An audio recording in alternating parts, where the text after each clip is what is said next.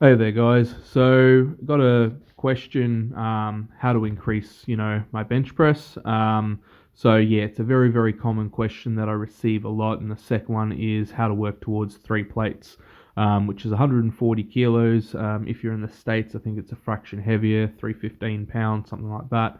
But yeah, look, we're just gonna keep it with a metric system, and call it three plates being 140 kilos. So, the three plates aside, yeah, that really is sort of your true entry level into real world strength, especially sort of in powerlifting and strongman sort of things. Two plates aside, 100 kilos. Yeah, you've put in a little bit of work. Some people are just genetically, strong enough not to train, and they can just, hit two plates aside. Three plates aside, a little bit different. And you're definitely in the stronger portion of the population by a very, very big margin. Even, when you go to gyms, there's not a lot of people that are benching three plates aside. So, yeah, now from a coaching perspective, obviously, hitting three plates, you're getting clients to hit three plates. It's one of the first sort of goals that I try and lay out, simply because, yeah, it really is a marker of strength.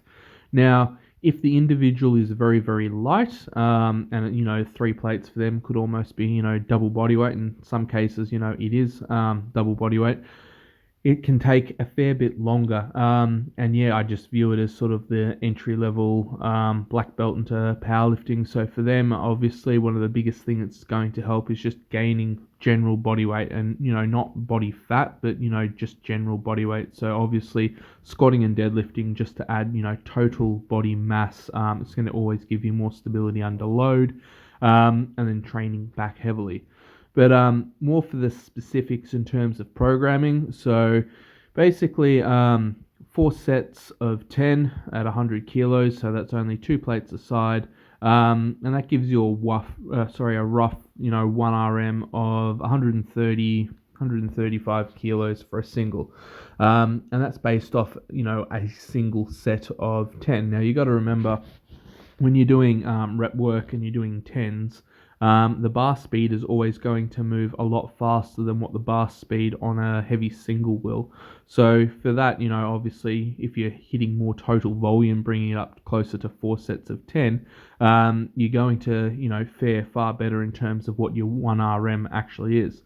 And then, there's other things like, practicing heavy singles. Strength in itself is a skill. It's also, the ability to, shift a lot of weight from point A to point B. But obviously, that's going to take a little bit of coordination as well. For some people, confidence under load.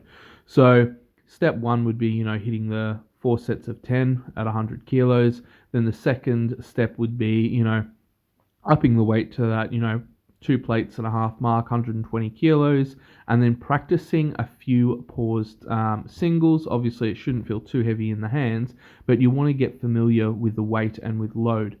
Now, a lot of people neglect training their back and especially their upper back heavily. Your back plays a huge role in terms of stability under load when you're bench pressing, and a lot of people just completely neglect that and they just think back is something completely separate from bench pressing.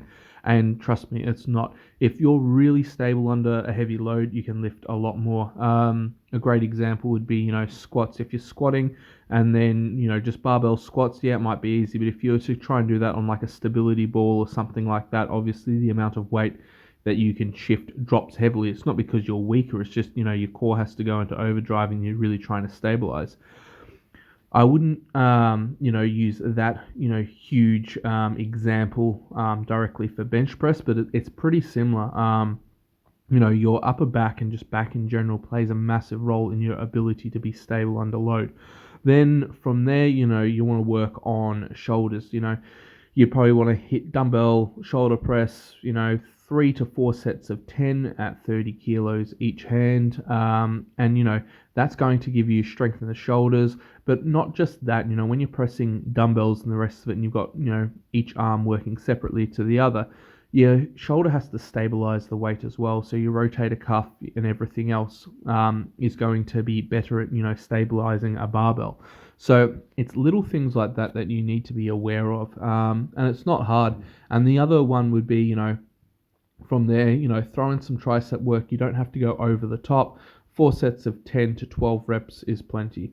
And then, from there, you want to have a light bench day as well, one other day during the week. So Monday might be the heavier session, where, you're really pushing yourself. You're really trying to get those 4 sets of 10, really challenging yourself. And then after that, on the Thursday, you just drop the weight by about 20 kilos. And you're just trying to get the volume in. You're trying to have clean reps. You want that motor pattern to be really clean for next time when you come back to heavy bench. So they're probably the two biggest things to take away from it. And then just being consistent with your training. Obviously getting enough sleep. Eating a lot, or eating, in a calorie surplus is obviously going to drive strength up. You just got more total resources to help with recovery and help build muscle mass.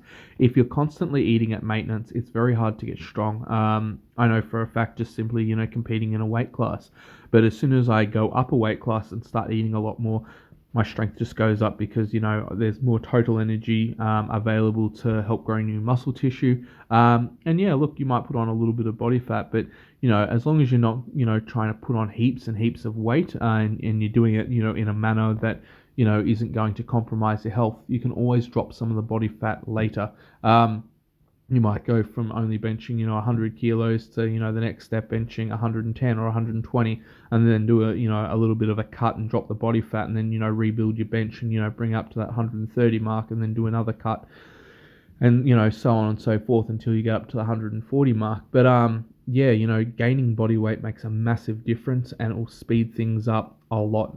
It's very, very underrated. The other big one is obviously cutting back on drinking and things like that. Drinking, just compromises your ability to recover. Like it's insane at how poor of a thing something like that is for your body. And then it can also throw you into a catabolic state. It's really not worth it if you're trying to be serious about your training. In an off season, having an occasional drink here and there isn't going to derail you massively at all. But if you're trying to improve your strength, obviously you want to put everything that you have in order to achieve your goal. So obviously cut back on the drinking. The other big one is 8 hours of sleep at night. More specifically, get in bed by 10 p.m. because the hours before 12 o'clock make a massive difference, and it has a lot to do with your endocrine system, and just how your body's meant to function. So prioritizing sleep as well, eating, getting enough total volume in, and then just don't overdo it on excessive cardio. And then for your assistant exercises, make sure you're training back. It could be pull-ups, chin-ups, rows, but make sure you're training back. Throw in some shoulder work as well, and a little bit of tricep work towards the end of the session, and you're going to be in a really, really good position. If you guys have any questions about this, feel free to comment below. If you guys want me to put something a little bit more structured in terms of video together, comment as well. Happy to do that as well. So just trying to help you guys out. As I said, any questions, comment below, and have a great day wherever you are.